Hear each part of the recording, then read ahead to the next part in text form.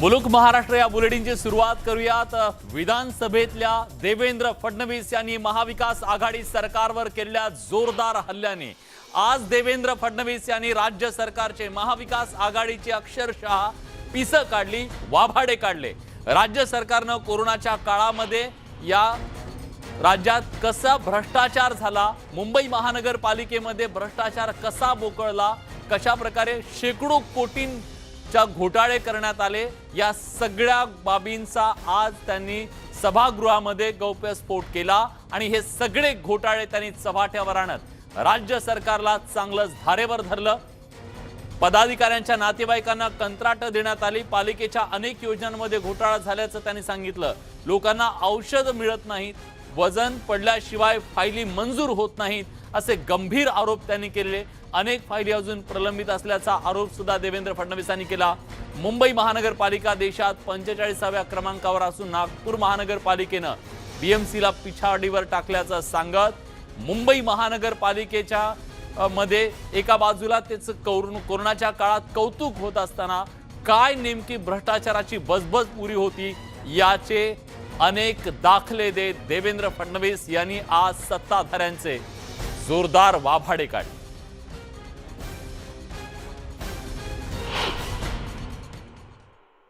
कविवर्य विंदा करंदीकर असं म्हणतात, सकाळपासून रात्रीपर्यंत तेच ते माकडछाप दंतमंजन, तोच चहा तेच रंजन, तीच गाणी तेच तराणे, तेच मूर्ख तेच शहाणे, सकाळपासून रात्रीपर्यंत तेच ते खानावळीही बदलून पाहिल्या, कारण जीभ बदलणं शक्य नव्हतं। काकूपासून ताजमहाल सगळीकडे सारखेच हाल, नरम मसाला गरम मसाला तोच तो भाजीपाला, तीच ती खवट चटणी, तेच ते आंबट सार, सुख थोडे आणि दुःख फार।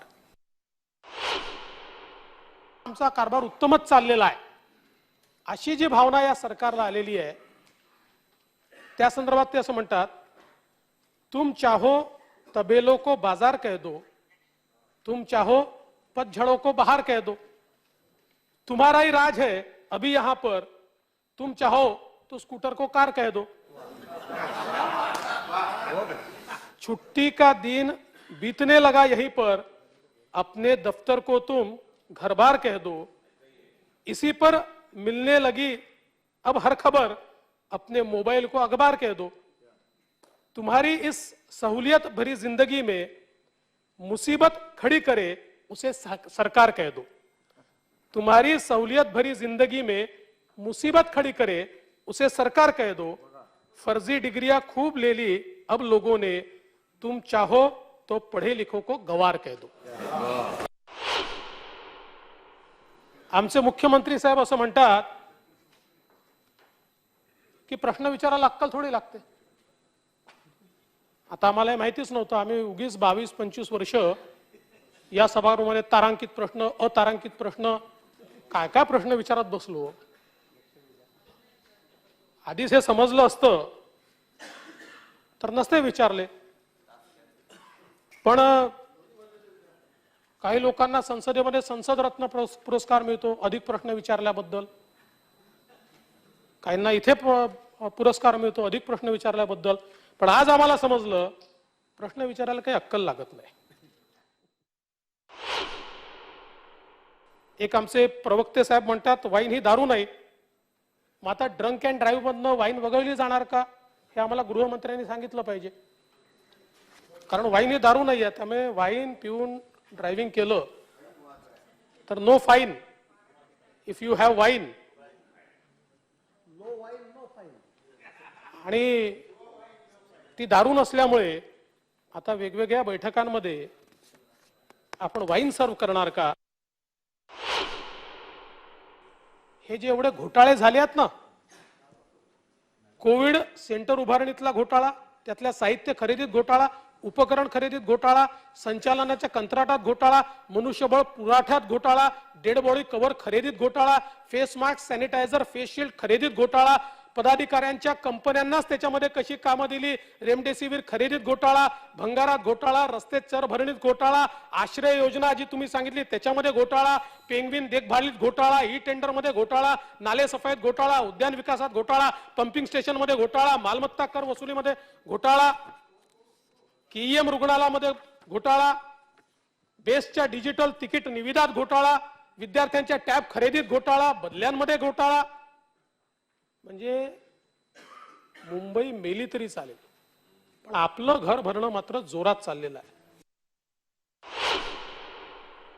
काळामध्ये मेडिकल इमर्जन्सीच्या नावाखाली कोविड सेंटर सुरू केले, आवश्यक होते, देयर वॉज अ इमर्जन्सी. पण मुंबईमध्ये अनेक नामांकित आणि रेप्युटेड संस्था होत्या की ज्यांना हे काम देता आलं असतं, पण आपल्या पदाधिकाऱ्यांच्या नातेवाईकांना हे काम देण्याचा जो घाट घालण्यात आला, काय परिणाम झाला? 5 कोविड सेंटरचा 100 कोटीचा कॉन्ट्रॅक्ट पदाधिकाऱ्यांच्या नातेवाईकांना दिला. कुठले टेंडर नाही, अर्ज नाही, आणि कागदपत्र जे त्या ठिकाणी दिले, 4 दिवसापूर्वी कंपनी तयार केली, नावं सारखी आहेत, रेप्युटेड कंपनीचं नाव आणि या कंपनीचं नाव सारखं आहे. हायवे काय मला माहित नाही, पण हे हायवे कधीच बांधत नाही. हे पेंग्विन आणतात, हे पिंजरे बांधतात, आणि जेव्हा याच्या डीप मध्ये आम्ही गेलो, साहेब यांच्याजवळ साधा जीएसटी नंबर नाहीये. हे कोणाचा जीएसटी वापरतात माहिती आहे? हे वापरतायत एका डिपार्टमेंटल स्टोअरचा जीएसटी नंबर. मग आता डिपार्टमेंटल स्टोअर हे ऑक्सिजन सप्लाय करणार आहे. पण या सोलापूरमध्ये देखील एक सचिन वाझे आहे, आणि हा जो सचिन वाझे आहे हा क्राईम ब्रँच कडनं महिन्याकाठी क्राईम ब्रँच करता 60 लाख रुपये हप्ता गोळा करतो, आणि याचं स्टिंग ऑपरेशन झालं. हा माझा पेन ड्राईव्ह नाही आहे, हा पेन ड्राईव्ह तिथल्या पत्रकाराने दिला, सरकारकडे दिलाय. स्टिंग ऑपरेशन झालं. माहिती अधिकार कार्यकर्ते योगेश पवार यांनी ही सगळी क्लिप मुख्यमंत्री, गृहमंत्री यांच्याकडे पाठवली आहे, आणि हा पोलीस कर्मचारी आणि अवैध धंदेवाला यांचा संवाद आहे. आज आपण अध्यक्ष महोदय या ठिकाणी शक्ती कायदा मंजूर केला, चांगलं केलं, पण अवस्था काय आहे? बलात्काराचा आरोप होऊन पुण्याचे शिवसेना उपनेता रघुनाथ कुचिक याला साधी अटक नाही झाली. मी तुम्हाला सगळी माहिती पाठवतो, त्यांचे सगळे व्हॉट्सअप पाठवतो, पूर्ण माझ्याकडे आहे. खरं म्हणजे 24 वर्षीय महिलेला लग्नाचं आमिष दाखवून 20 आणि 21 मध्ये विविध ठिकाणी शोषण केलं. FIR दाखल झालाय 376, 313, 506. पुन्हा पुण्याला गोव्याला नेऊन केलं. त्या ठिकाणी गोव्यामध्ये ज्यावेळेस ही परिस्थिती लक्षात आली, मी गोव्याच्या त्या पोलीस स्टेशनला फोन केला आणि सांगितलं की यांना तिथे ऍडमिट करा. त्यांना ऍडमिट केलं तिथे, 2 दिवस त्यांना ऍडमिट ठेवलं, पण त्याच्यावर कुठलीही कारवाई नाही. मध्यंतरीच्या काळामध्ये पुणे पोलीस अतिशय वेगाने याच्यावर काम करत होते. एक वेळ तर अशी आली की 100 लोकांना अरेस्ट करायचं देखील ठरलं, आणि त्यानंतर नेमका कोणाचा दबाव आला मला माहिती नाही, पण याचं काम थांबलेलं आहे, आणि आता याचा क्लोजर रिपोर्ट तयार होतो. देवेंद्र फडणवीस यांनी अशा प्रकारे वाभाडे काढले. दरम्यान राज्याचे मुख्यमंत्री उद्धव ठाकरे यांनी मुंबईला सोन्याचं अंड देणारी कोंबडी असं मानलं जातं असा आरोप केला, आणि मग त्याला सुद्धा फडणवीसांनी उत्तर दिलं. मुंबईचा एवढा विचार गांभीर्याने हा शब्द महत्वाचा आहे, पण विचार केला, पण तो बऱ्याचदा सोन्याचं अंड देणारी कोंबडी म्हणून विचार केला गेला. सोन्याचं अंड देते, अंड घेऊन जात आहेत, पण त्या कोंबडीची निगा कोण राखणार हा मुद्दा होता. आणि ती निगा राखणाऱ्या म्हणजे मुंबईसाठी ज्यांनी संघर्ष केला संयुक्त महाराष्ट्राच्या चळवळीत तिथपासून मग गिरणी कामगार असतील, इतर काबाड कष्ट करणारे लोक असतील, घाम गाळला, रक्त सांडलं, त्यांचा विचार कोणीच केला नव्हता. की मुंबईमध्ये प्रचंड भ्रष्टाचार आहे. मुंबई महानगरपालिका म्हणजे मगाशी आमचे मुख्यमंत्री महोदय सांगत होते की मुंबईला सोन्याचं अंड देणारी कोंबडी काही लोक समजतात, पण माझं मत आहे महानगरपालिकेत जे सत्ता चालवत आहेत ते महानगरपालिकेला सोन्याचं अंड देणारी कोंबडी समजतात. अशी परिस्थिती या महानगरपालिकेची आहे. राज्याचे मुख्यमंत्री उद्धव ठाकरे यांनी आज सभागृहामध्ये भाषण केलं. या भाषणात त्यांनी प्रामुख्यानं मुंबईला कसं सोन्याचं अंड देणारी कोंबडी समजलं जातं हे सांगतानाच त्यांनी आमदारांना एक गिफ्ट दिलं. हे गिफ्ट होतं ते म्हणजे इथल्या आमदारांसाठी आज घरं देण्याचा निर्णय घेण्यात आलेला आहे. मुंबईची काळजी कोणी घेत नाही हे सांगत असतानाच त्यांनी धारावीचा पुनर्विकास करायचा असल्याचंही स्पष्ट केलं. त्यासाठी केंद्राचं सहकार्य महत्त्वाचं असल्याचंही ते म्हणाले. आमदारांनाही कायमस्वरूपी घरं देण्यात येणार असल्याची त्यांनी घोषणा केली. तशी योजना लवकरच आणणार असल्याचं मुख्यमंत्री म्हणाले. सफाई कामगारांसाठीच्या घरांचा विचार सरकार करत असल्याची घोषणा सुद्धा मुख्यमंत्र्यांनी केली.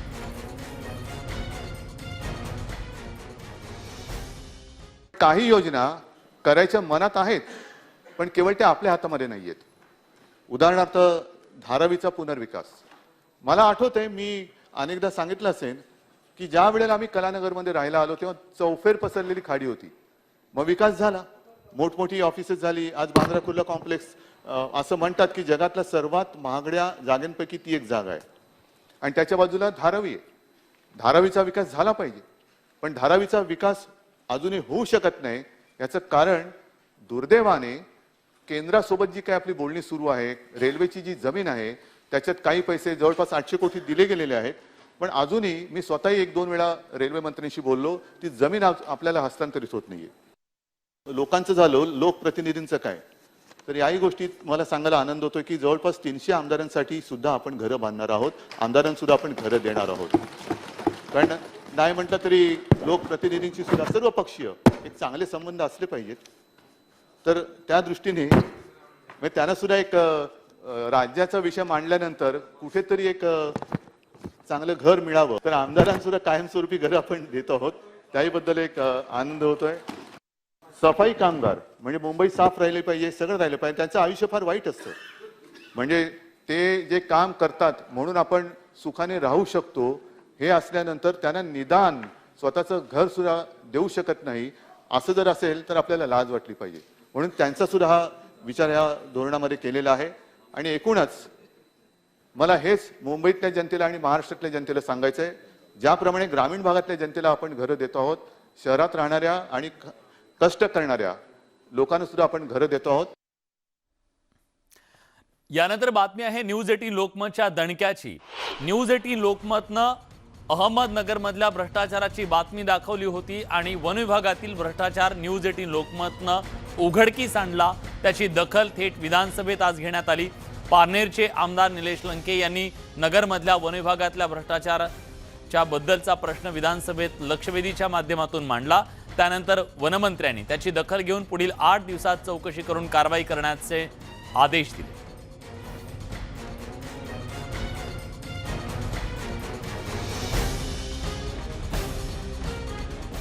जगताप यांच्याकडे भ्रष्ट अधिकारी यांना शासनाने पाठीशी घालून त्यांच्यावर अजूनही कोणतीही कारवाई केली नसल्याची बाब अतिशय खेददायक आहे. अध्यक्ष महोदय, आज या लक्षवेधीच्या माध्यमातून वनमंत्र्यांकडे एक लोकप्रतिनिधी म्हणून मागणी करतो की मागणी क्रमांक 1, पदाचा गैरवापर करून मोठा भ्रष्टाचार करून अजूनही मोकाट असलेले भ्रष्ट अधिकारी रमेश देवखिळे व प्रताप जगताप यांच्यावर तात्काळ निलंबनाची कारवाई करावी, तसेच त्यांची वरिष्ठ पातळीवर चौकशी करावी. मागणी क्रमांक 2, गेली 16 वर्ष अहमदनगर जिल्ह्यात कार्यरत असलेले देवखिळे हे मे महिन्यामध्ये निवृत्त होत असल्याने त्यांच्या निवृत्तीनंतरचे व आधीचे सर्व मानधन तात्काळ थांबवावे, तसेच त्यांची नार्को टेस्ट करावी. मी आपल्या माध्यमातून त्यांना सदस्यांना एकच सांगतो की CCF प्रादेशिक नाशिक यांच्या अध्यक्षतेखाली चौकशी समिती चौकशी करण्यात येत असून मुख्य वनरक्षक यांची चौकशी अहवाल प्राप्त झाल्यावर चौकशी अंती जो अहवाल प्राप्त होईल त्यासाठी संबंधितावरती कडक कारवाई केली जाईल. महावितरण मधल्या एका भ्रष्ट बड्या अधिकाऱ्याला ऊर्जा मंत्र्यांनी कारवाईचा शॉक दिलेला आहे. महावितरण मधल्या या भ्रष्ट अधिकाऱ्यावर अनेक भ्रष्टाचाराचे आरोप होते. सुमित कुमार यांचा आता निलंबन करण्यात आलेला आहे. ऊर्जा मंत्री नितीन राऊत यांनी ही घोषणा केली आहे. सुमित कुमार यांच्यावरील भ्रष्टाचाराच्या आरोपांची गंभीर दखल घेत त्यांच्या निलंबनाची घोषणा ऊर्जा मंत्र्यांनी केली. सुमित कुमार यांना निलंबित करून उच्चस्तरीय चौकशी करण्याचे आदेश नितीन राऊतांनी दिले. महावितरणचे अधिकारी सुमित कुमार हे अतिशय भ्रष्ट अधिकारी असल्याचा आरोप त्यांच्यावरती होत होता. अनेक प्रकरणांमध्ये ते वादग्रस्त होते आणि त्याची आज दखल घेण्यात आली.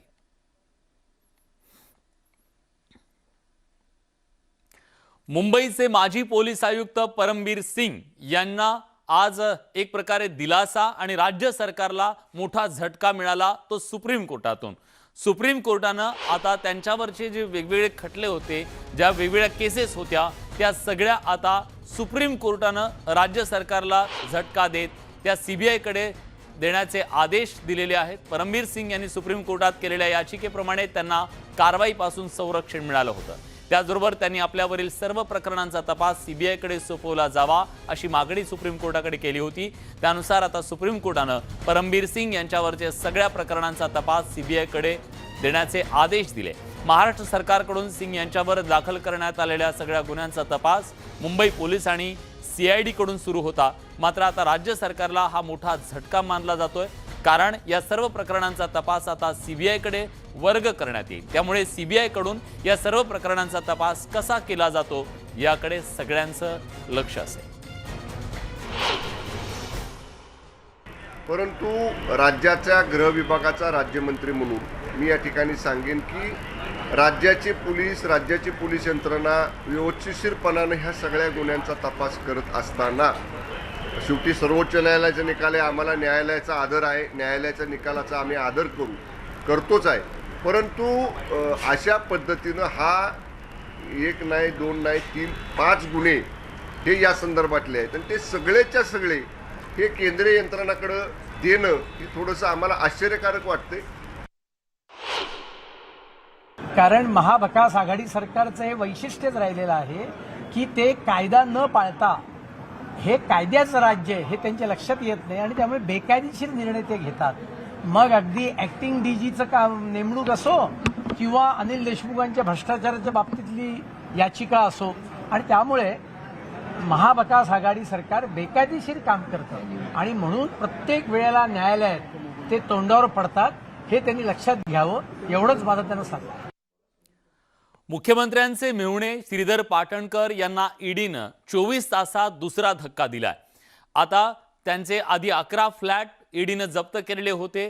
त्यानंतर ठाण्यामधल्या त्यांच्या इतर प्रॉपर्टी सुद्धा ईडीच्या रडारवर आहेत आणि त्या दृष्टीने सुद्धा चौकशी सुरू झाल्याचं कळतंय. त्यामुळे श्रीधर पाटणकर यांच्यासाठी हा निश्चितपणे एक धक्का मानला जातोय.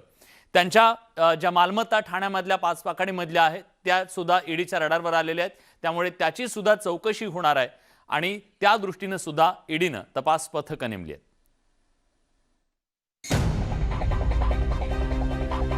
ईडी आणि श्रीधर पाटणकरांमुळे सध्या मुख्यमंत्री उद्धव ठाकरे भलतेच चर्चेत आलेत. हवाला माफिया नंदकिशोर चतुर्वेदी आणि मुख्यमंत्र्यांचे मेहुणे श्रीधर पाटणकर यांचं कनेक्शन ईडीनं शोधलंय आणि त्यानंतर ठाण्यातील पाटणकरांच्या मालमत्तांवर कारवाईचा बडगा उगारला. या सर्व घटनाक्रमामुळे श्रीधर पाटणकर आणि हवाला माफिया चतुर्वेदी यांच्या कनेक्शनची चर्चा सर्वत्र पाहायला मिळतेय. मिळालेल्या माहितीनुसार हवाला ऑपरेटर नंदकिशोर चतुर्वेदी आणि श्रीधर पाटणकर जुने मित्र असून ते दोघेही एकमेकांना 2009 पासून ओळखतात. सध्या ज्या प्रकरणाचा ईडीकडून तपास सुरू आहे त्या पाटणकरांना 2017 साली चतुर्वेदींच्या हमसफर कंपनीतून विनातारण कर्ज देण्यात आलं. ईडीला संशय आहे की शेल कंपनी मार्फत पाटणकरांच्या मालकीच्या श्री साईबाबा गृहनिर्मिती प्रायव्हेट लिमिटेड मध्ये 30 कोटींची गुंतवणूक करण्यात आली. नोटबंदीच्या काळात चंद्रकांत पटेल आणि महेश पटेल यांनी नंदकिशोर चतुर्वेदी सोबत हातमिळवणी केली. त्यानंतर पटेल बंधूंच्या पुष्पक कंपनीनं बाद झालेल्या नोटांमध्ये तब्बल 84 कोटी 50 लाख रुपये स्वीकारले. त्यानंतर त्या रकमेच्या मोबदल्यात पुष्पक बुलियन मधून 258 किलो सोनं विकलं। बाद चलनातील रक्कम नव्या चलनात आल्यानंतर पुष्पकनं ती विविध शेल कंपन्यांच्या मार्फत ठिकठिकाणी गुंतवली। त्यातील एक ठिकाण म्हणजे श्रीधर पाटणकर यांची श्री साईबाबा गृहनिर्मिती असल्याचं सांगितलं जात आहे। पाटणकरांच्या कंपनीत चतुर्वेदीनं गुंतवलेले 30 कोटी रुपये हे पुष्पक ग्रुपचेच असल्याचा ईडीचा आरोप आहे। पाटणकरांच्या खात्यात चतुर्वेदीने ते पैसे हमसफर कंपनी मार्फत जमा केल्यानंतर ठाण्याच्या निलांबरी अपार्टमेंटमध्ये पुष्पक ग्रुपने याच रकमेच्या बदल्यात 11 फ्लॅट घेतल्याची माहिती आहे। श्रीधर पाटणकरांना दिलेल्या कथित कर्जामुळे चर्चेत आलेले नंदकिशोर चतुर्वेदी ही काही साधी आसामी नाही। फरार असलेला चतुर्वेदी कुठल्या तरी आफ्रिकन देशात दडून बसल्याची शक्यता आहे। भारतातील सर्वात मोठा हवाला ऑपरेटर अशी चतुर्वेदीची ओळख आहे। उत्तर प्रदेशच्या मथुरेतून आलेला नंदकिशोर व्यवसायानं चार्टर्ड अकाउंटंट आहे। 2000 सालच्या मध्यात चतुर्वेदीचा संपर्क राजकारण्यांशी येऊ लागला आणि त्याच्याकडे काळ्या पैशांचा ओघ वाढला। 2016 मध्ये देशात नोटबंदी झाल्यानंतर पुष्पक बुलियन प्रकरणी नंदकिशोर चतुर्वेदी पहिल्यांदा ईडीच्या रडारवर आला। तो अनेक बोगस शेल कंपन्यांच्या माध्यमातून पैशांची उलाढाल करत असल्याचं तपासातून समोर आलं। नंदकिशोर चतुर्वेदी यांना देशभरात 150 बनावट म्हणजे शेल कंपन्यांचं जाळं पसरवल्याचं कळतंय। त्याच्या सर्वाधिक बोगस कंपन्या या कोलकातामधून ऑपरेट होत असल्याचं ईडीच्या तपासातून समोर आलं। अनेक आर्थिक घोटाळ्यांमध्ये वॉन्टेड असलेल्या चतुर्वेदीसाठी ईडीनं वारंवार लुकआउट नोटीस काढली, मात्र आजवर तो हाती लागलेला नाही। सध्या नंदकिशोर चतुर्वेदी आणि मुख्यमंत्री उद्धव ठाकरेंचे मेहुणे श्रीधर पाटणकरांसोबतच्या व्यावसायिक संबंधाची चर्चा जोरदार सुरू आहे। पुष्पक ग्रुपच्या काळ्या पैशाचा माग काढताना ईडीला आधी नंदकिशोर चतुर्वेदी सापडला आणि त्यानंतर हे धागेदोरे श्रीधर पाटणकरांपर्यंत पोहोचले। 2 दशकांपासून काळ्या पैशांचा गोरखधंदा करणाऱ्या चतुर्वेदीचे अनेक राजकारण्यांशी संबंध असल्याची चर्चा आहे। त्यामुळे हवाला किंग चतुर्वेदी ईडीच्या तावडीत सापडला तर अनेक मोठे धक्कादायक खुलासे होण्याची शक्यता नाकारता येत नाही। Bureau report, news 18 Lokmat, Mumbai. यानंतर एक अतिशय धक्कादायक बातमी आहे, ती म्हणजे पुण्यातून। पुण्यात एका शाळकरी विद्यार्थिनीवरती अत्याचार झाल्याची ही घटना उघडकीस आलेली आहे। अल्पवयीन विद्यार्थिनीवर अत्याचार झालाय पुण्यातल्या मॉडर्न शाळेमध्ये। शाळेच्या शौचालयात नेऊन विद्यार्थिनीवर अत्याचार करण्यात आल्याची बाब समोर आली आहे। पीडित विद्यार्थिनीच्या पालकांनी पोलिसात त्या विरोधात तक्रार केल्यानंतर ही बाब उघडकीस आली आहे।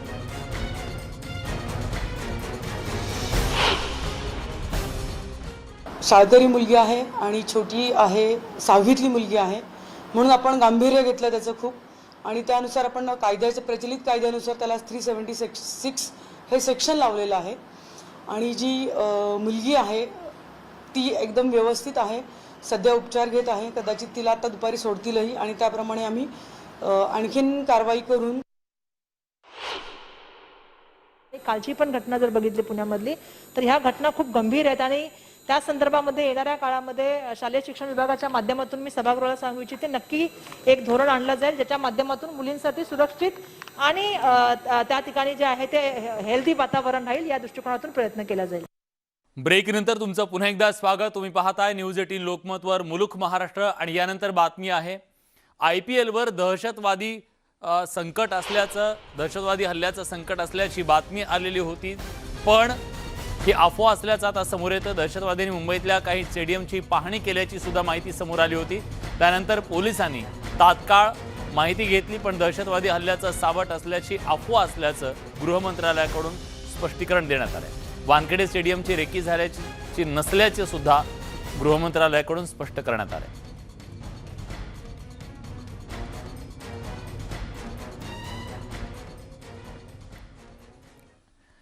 विरोधी पक्षनेते देवेंद्र फडणवीस यांच्या पत्नी अमृता फडणवीस यांनी पुन्हा एकदा महाविकास आघाडी सरकारवर टीकेची झोड उठवली आहे। महाविकास आघाडी सरकारमधल्या नेत्यांचं वर्तन हे खाऊंगा भी, खिलाऊंगा भी और खाने वाले की रक्षा भी करूंगा अशा खोचक शब्दात अमृता फडणवीस यांनी टीका केली आहे। कोणत्याही द्वेषापोटी कारवाई नाही तर महाराष्ट्रात प्रगतीचं राजकारण करावं असा सल्ला त्यांनी दिलाय। आम्हाला फक्त एकच अपेक्षा आहे, ते म्हणजे महाराष्ट्रात प्रगतीचं राजकारण हवंय, भ्रष्टाचार बंद व्हावा, असं अमृता फडणवीस यांनी म्हटलंय.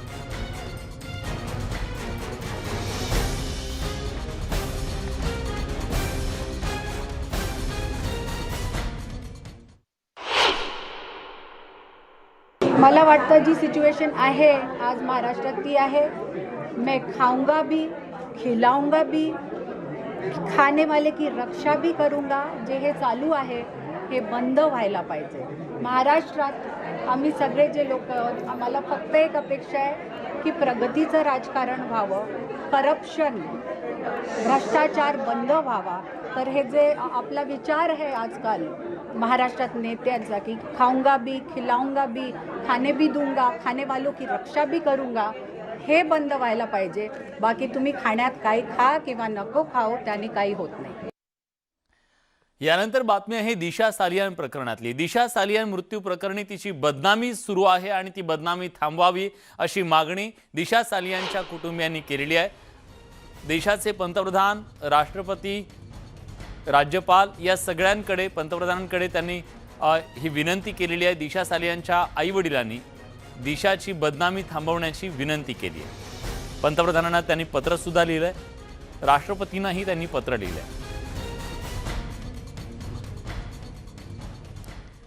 यानंतरची बातमी आहे ती पुण्यातल्या एका वादाची, आणि हा वाद निर्माण झालाय तो तिथल्या विमानतळावरून. त्याचं कारण असं आहे की जुना आणि नव्या विमानतळाचा हा वाद पेटलाय शरद पवार यांच्या एका वक्तव्याच्या नंतर. पुरंदरमध्ये प्रस्तावित विमानतळ व्हावं याच्यासाठी शरद पवार यांनी पुढाकार घेतला आणि पुरंदर विमानतळाच्या दुसऱ्या जागेच्या मंजुरीसाठी दिल्लीत केंद्रीय मंत्र्यांची भेट घेणार असल्याचं सुतोवाच शरद पवार यांनी केलं. त्यानंतर भाजपचं शिष्टमंडळ दिल्लीत धडकलंय. भाजपच्या शिष्टमंडळात भाजपचे विद्यमान खासदार गिरीश बापट का नव्हते हे कोडं कुणालाच उलगडले नाहीये. याबद्दल विचारणा केली असता ते आजारी असल्याचं सांगितलं गेलं. पण मग याच मुद्द्यावर खासदार बापटांनी थेट लोहगाव विमानतळच पत्रकार परिषद का घेतली? थोडक्यात बापटांनी अजूनही आपण लोकसभा 2024च्या स्पर्धेत आहोत हे दाखवून दिले का, असे अनेक प्रश्न या निमित्तानं निर्माण झालेत. या जागेच्या संबंधी संरक्षण खात्याचे काही मत आहेत आणि संरक्षण खात्याची मतं ही विमानतळाच्या संबंधीचा निर्णय घेतल्याच्या नंतर दुर्लक्षित करता येत. आणि म्हणून लोहगावचं एक्सपान्शन याकरता आत्ता आमचं एक शिष्टमंडळ ज्योतिरादित्य शिंदे यांना भेटत आहे. त्यात पुण्यातले भाजपचे प्रतिनिधी आहेत, खासदार सहस्रबुद्धे आहेत, माझ्या मताने जावडेकर साहेब पण असतील. मीच फक्त दिल्लीला जाऊ शकलो नाही म्हणून आपल्याला इथे बोलवलं. 2 दिवसांनी मी पण दिल्लीला जाणार आहे आणि त्यामुळे बाहेर होणाऱ्या कुठल्याही विमानतळाला आमचा विरोध नाही. अधिवेशनामध्ये आज सभागृहात राज्य सरकारनं राजभाषा विधेयक मंजूर केलेलं आहे. मराठी राजभाषा विधेयक मंजूर केल्यामुळे निश्चितपणे मराठी भाषेला याचा मोठा फायदा होणार आहे आणि सत्ताधारी विरोधक या दोघांनीही या विधेयकाचं स्वागत केलं. चांगलं विधेयक मराठी भाषा, मराठी अस्मिता जपण्याच्या दृष्टीनं उपयुक्त ठरेल असं विधेयक या ठिकाणी आणलंय. त्याबद्दल मी त्यांचं अभिनंदन करतो, सरकारचं अभिनंदन करतो. सभापती आहेत मागे बोलत आहे. परंतु सभापती महोदय, याच्यात सगळ्यात महत्त्वाचा मुद्दा हा अंमलबजावणीचा आहे. कारण शेवटी आता प्रचलित कायदा आहे परंतु त्या ठिकाणी अंमलबजावणी होत नाही. शाळांमध्ये मराठीचं आपण विधेयक केलेलं आहे आणि त्याची अंमलबजावणी निश्चितपणाने होत आहे. करोनाच्या काळामध्ये शाळाच प्रत्यक्ष बंद होत्या आणि त्या ठिकाणी आपले निरीक्षक जाणं सुद्धा कठीण होतं. अर्थात ह्याची अंमलबजावणी शालेय शिक्षण विभाग करणार आहे. परंतु आमचं आणि शालेय शिक्षण विभागाचं आणि मराठी भाषा विभागाचं या बाबतीत सतत त्याच्या बैठका वगैरे होत असतात. त्यामुळे त्याची अंमलबजावणी कठोरात कठोर पद्धतीनं केली जाईल. जे मराठीचा वापर करणार नाही त्या शाळांच्या बाबतीत कुठली सूट दिली जाणार नाही. मराठी राजभाषा विधेयक मंजूर झालं एका बाजूला, तरी मुंबईमध्ये मराठी शाळांची संख्या कमी झाली आहे आणि मराठी शाळांमधल्या विद्यार्थ्यांचीही संख्या कमी झाल्याचा मुद्दा आज विधान परिषदेतले विरोधी पक्षनेते प्रवीण दरेकर यांनी मांडला. मराठीची अवस्था काय आहे? कायदे करायला मराठीसाठी निघालोय. आपण बघाल की मराठीच्या अनास्थेमुळे रावते साहेब, आपण मुंबईतल्या मराठी शाळांची स्थिती सांगतो. 2010-11ला मुंबईत शाळा मराठी किती होत्या? 413 विद्यार्थी होते, 1,02,214. 2011ला 12ला शाळा किती झाल्या? खाली आल्या 396. देसाई साहेब लक्षात घ्या, विद्यार्थी संख्या आली 92,335. 2012-13ला शाळा किती राहिल्या? परत खाली आल्या 385. विद्यार्थी संख्या 81,116. 2013-14ला परत शाळा मराठी कमी झाल्या 375, 69,330. आणि 2020-21ला 280 मराठी शाळा. कारण मी मधले वाचले नाहीत वर्ष, कारण तेवढ्या सभापतीमध्ये वेळ वाचवतो. 280 आणि 33,114 फक्त विद्यार्थी आहेत देसाई साहेब. म्हणजे 2020-21ला मराठी शाळा 288, विद्यार्थी 1 लाखावरना 33,114. आणि माध्यम निहाय शाळांची स्थिती काय? की हिंदी शाळा ज्या आहेत त्या 227 शाळांची संख्या, त्यांची पटसंख्या आहे 63,202. उर्दू शाळा 193, त्यांची पटसंख्या आहे 62,516. म्हणजे हिंदी उर्दूची 62-63,000 आणि मराठी शाळांची पटसंख्या 33,114. याचं जर आम्ही आत्मपरीक्षण करणार नसू आणि मराठी भाषा मराठीचा वापरासाठी जर आम्ही कायदा आणणार असू, तर रावते साहेब आपल्याला करणी आणि कथनीत फरक आहे हे या ठिकाणी दिसून येतंय. दरम्यान विरोधी पक्ष नेत्यांनी मांडलेल्या या मुद्द्याला सुभाष देसाई यांनी उत्तर दिलं. आज पालकांचा ओढा हा इंग्रजी माध्यमांच्या शाळांकडे आहे आणि या सगळ्याचा कुठेतरी आत्मपरीक्षण करण्याची वेळ असल्याचं सुद्धा सुभाष देसाई म्हणाले. मराठी शाळा आणि त्यांची संख्या कमी होते ही खरोखरच आपली सर्वांचीच म्हणजे खंत आहे याच्या बाबतीत. पण 33,000 मुलं 1 लाखावरून आली तर 66,000-67,000 मुलं कुठे गेली आणि ती कुणी टाकली? तर त्या पालकांनीच टाकलेली आहे. आपण जो एक शब्द वापरलात महत्त्वाचा विरोधी पक्ष नेते महोदय, की आत्मपरीक्षण केलं पाहिजे. असं कुठे झालेलं नाही की मराठी शाळेत पालक घेऊन आलेले आहेत आणि त्याला संधी मिळत नाही, असं होत नाहीये. त्या जागा वर्षानुवर्ष वर्ग खोल्या रिकाम्या राहतात आणि नंतर मग ते पटसंख्या कमी झाल्यामुळे ती संख्या प्रत्यक्षात दाखवली जाते. मुंबई महानगरपालिकेतल्या 150 शिक्षकांना नोकरी नाकारण्यात आली. ती केवळ त्यांचं शिक्षण मराठी माध्यमातून झालंय आणि तो मुद्दा आज सभागृहात चांगलाच गाजला. साधारणतः 150 शिक्षक कपिल पाटील साहेब हे मराठी महापालिकेतनं शिकलेत. त्याने आंदोलन केलं तिकडे आझाद मैदानावर, मी गेलो होतो. ते महापालिकेतनं मराठी शाळेत शिकले म्हणून त्यांना त्या ठिकाणी नोकरीवर घेत नाही. मग जर मराठी शिकले, तिथे सत्ता असणारी शिवसेना महापालिकेत मराठीतनं शिकले म्हणून घेणार नसाल तर हा कायदा काय करायचा आहे? बीएमसीनी 150 शिक्षक आहेत आपल्याला माहित असेल, त्या 150 शिक्षकांना तात्काळ घ्या. ही जी नवीन शाळा ज्या केलेल्या आहेत त्या शाळांमधलं इंग्रजीचं शिक्षण अध्यापन हे जास्त प्रभावीपणे इंग्रजीतच व्हावं आणि इतर ज्या खाजगी शाळा आहेत त्यांच्या तुलनेमध्ये ह्या शाळा मागे पडू नयेत म्हणून त्यांनी तो आग्रह धरलेला आहे. परंतु मी याच्या बाबतीत महापालिकेशी आणि आपल्या शिक्षण विभागाशी नक्कीच चर्चा करीन आणि हा विषय कसा पुढे नेता येईल याच्याबद्दल आपण सगळे मिळून प्रयत्न करू. ब्रेक नंतर एक अतिशय संतापजनक बातमी आहे ती कुत्र्याला आणि त्याच्या पिलांना फाशी देणाऱ्या एका नराधमाची. खरं तर माणसं किती निष्ठुर होऊ शकतात, क्रूर होऊ शकतात याचं उदाहरण उल्हासनगरमधून समोर आलं. माणुसकीला काळीमा फासणारी ही घटना समोर आली आहे. एका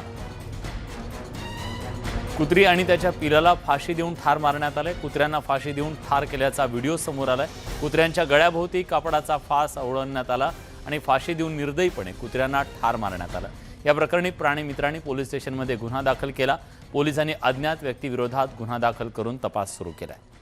गणेश गायकवाड आपले प्रतिनिधी आता आपल्यासोबत आहेत. गणेश, कोणी केला हा सगळा क्रूर प्रकार काही माहिती मिळू शकली आहे का? विलास, या संदर्भात पोलिसांचा तपास सुरू आहे. प्रथमदर्शनी पोलिसांनी 17 तारखेला म्हणजे 17 मार्चला या संदर्भात गुन्हा दाखल केला आणि तपास सुरू केलेला आहे. पोलीस सध्या आजूबाजूच्या परिसरातील सीसीटीव्ही आणि त्याचबरोबर त्या ठिकाणी काही प्रत्यक्षदर्शी होते का यांची आता माहिती गोळा करतायत आणि त्या माहितीच्या आधारे आता तपास सुरू झालेला आहे. मात्र अतिशय अमानुषपणे, अतिशय क्रूरपणे जर कुत्र्यांना फाशी दिली जात असेल तर अतिशय निंदनीय गोष्ट आहे. प्राणीमित्र संघटना देखील एकवटल्या आहेत. त्यांनी अशी मागणी केली आहे की असे प्रकार जर थांबवायचे असतील तर यामागे जे लोक आहेत त्यांच्यावर कठोर कारवाई झाली पाहिजे. कॅम्प नंबर 5 भागातील ही 16 तारखेची घटना आहे. विशाल, एका प्राणीमित्र संघटनेच्या ज्या सृष्टीचूक आहेत त्यांना माहिती मिळाली होती. दुसऱ्या दिवशी त्यांनी पाहिलं तर या दोन्हीही कुत्र्यांचे पाय लोखंडी तारेने बांधले होते. त्याचबरोबर त्यांच्या गाळ्याभोवती कपडा होता. त्याच्यामुळे संशय व्यक्त केला जातोय की या ठिकाणी त्यांना फास देऊन मारलं गेलंय. मात्र अतिशय निंदनीय प्रकार आहे. पोलिसांनी आता गुन्हा दाखल केल्यानंतर तपास वेगाने सुरू केला. विलास, म्हणजे अतिशय धक्कादायक अशी ही बातमी आहे. खरं तर फाशी कुत्र्याला दिली गेली पण मुर्दा मात्र माणुसकीचा पडलाय. धन्यवाद तुम्ही दिलेल्या सगळ्या सविस्तर माहितीबद्दल. देवतारी त्याला कोण मारी असं म्हटलं जातं. अशाच प्रकारचा एक व्हिडिओ समोर आलेला आहे. एका भीषण अपघातातून एका व्यक्तीचा जीव वाचलेला आहे आणि हा व्हिडिओ समोर आलेला आहे. भरधाव वेगाने येणारी दुचाकी आणि तिच्या मागोमाग भरधाव वेगानं बस, यामधून सायकलवरून येणारा एक मुलगा कसा वाचला तुम्हीच बघा. नशीब बलवत्तर म्हणून हा मुलगा थोडक्यात बचावला. या मुलाचा हा व्हिडिओ सध्या प्रचंड व्हायरल होतोय.